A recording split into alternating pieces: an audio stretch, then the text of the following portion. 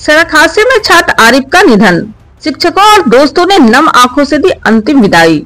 नमस्कार, मैं शबीना परवीन और आप सभी देख रहे हैं मेरे साथ भारत मीडिया। बलिया के बेलथावल में शोक की लहर दौड़ गई है।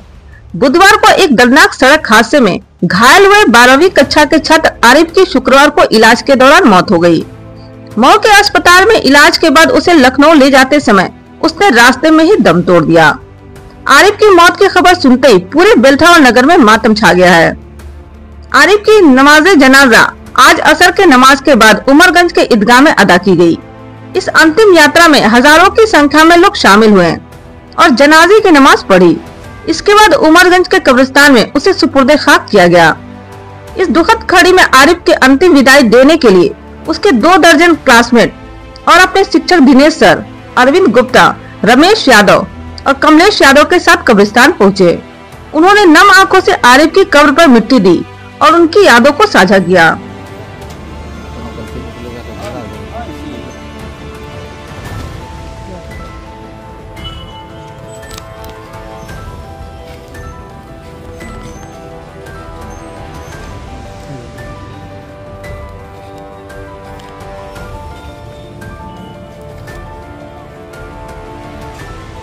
आरिफ के शिक्षक कमलेश यादव ने इसकी बातों को याद करते हुए बताया कि आरिफ स्कूल बस से जाया करता था, लेकिन हादसे वाले दिन बस छूट जाने के कारण वह बाइक से स्कूल जा रहा था और हादसे का शिकार हो गया।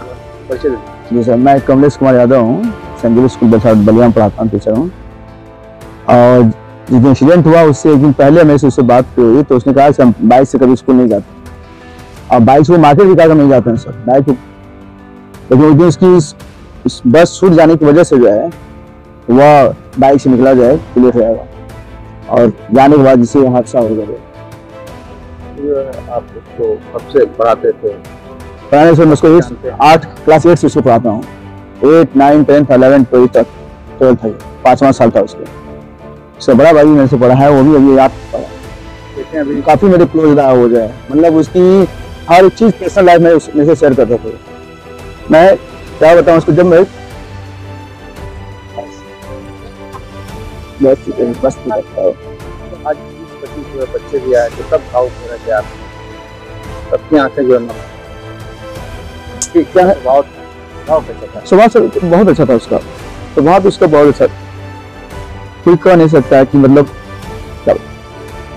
उसके दोस्तों विकास, आयुष गुप्ता, आदित्य वर्मा और अतुल वर्मा ने भी आरिफ को याद करते हुए बताया कि वह हमेशा घुल मिल कर रहता था और किसी को भी नाराज करना उसकी फितरत में नहीं था।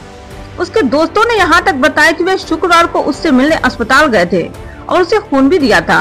वे पूरी उम्मीद के साथ वापस आए थे कि आरिफ ठीक हो जाएगा, लेकिन किस्मत को कुछ और ही मंजूर था। आरिफ के निधन से उसके दोस्तों का भी रो रो कर बुरा हाल है। इस दुखद घटना ने न केवल आरिफ के परिवार बल्कि उसके शिक्षकों और दोस्तों को भी गहरा सदमा पहुंचाया है। आपका जो घर का कपड़ा आप इस्तेमाल कर सकते हैं, कोई हर्ज नहीं। मैयत का कोई सामान मनहूस नहीं होता है भाई। हमारे इलाके में उसके कपड़े सारी चीजें मनहूस समझ रहे हैं। उसकी बाइक, उसकी घड़ी, उसके पैसे को मनहूस नहीं समझ रहे, कपड़े को मनहूस समझा जा रहा है। मौलवी साहब कपड़वा क्या हो, कभी नहीं पूछते हैं कि घड़िया क्या हो, बढ़िया बाइकिया क्या हो।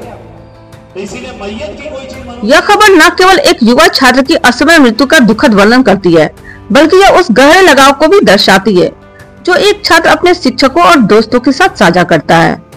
आरिफ के निधन से उसके शिक्षक और दोस्त जिस तरह भावुक हो उठे, वह दिखाता है कि शिक्षा का रिश्ता केवल कक्षा तक ही सीमित नहीं होता, बल्कि यह एक भावनात्मक बंधन भी होता है। दोस्तों का खून देना और उनके आंसुओं का न थमना, यह बताता है कि मित्रता की परिभाषा कितनी सच्ची और गहरी होती है। यह घटना हमें जीवन की अनिश्चितता और सड़क सुरक्षा के महत्व को याद दिलाती है। यह उन सभी के लिए एक सबक है जो लापरवाही से वाहन चलाते हैं। इस खबर पर आपकी क्या राय है, कमेंट कर जरूर बताएं। खबर देखने के लिए धन्यवाद।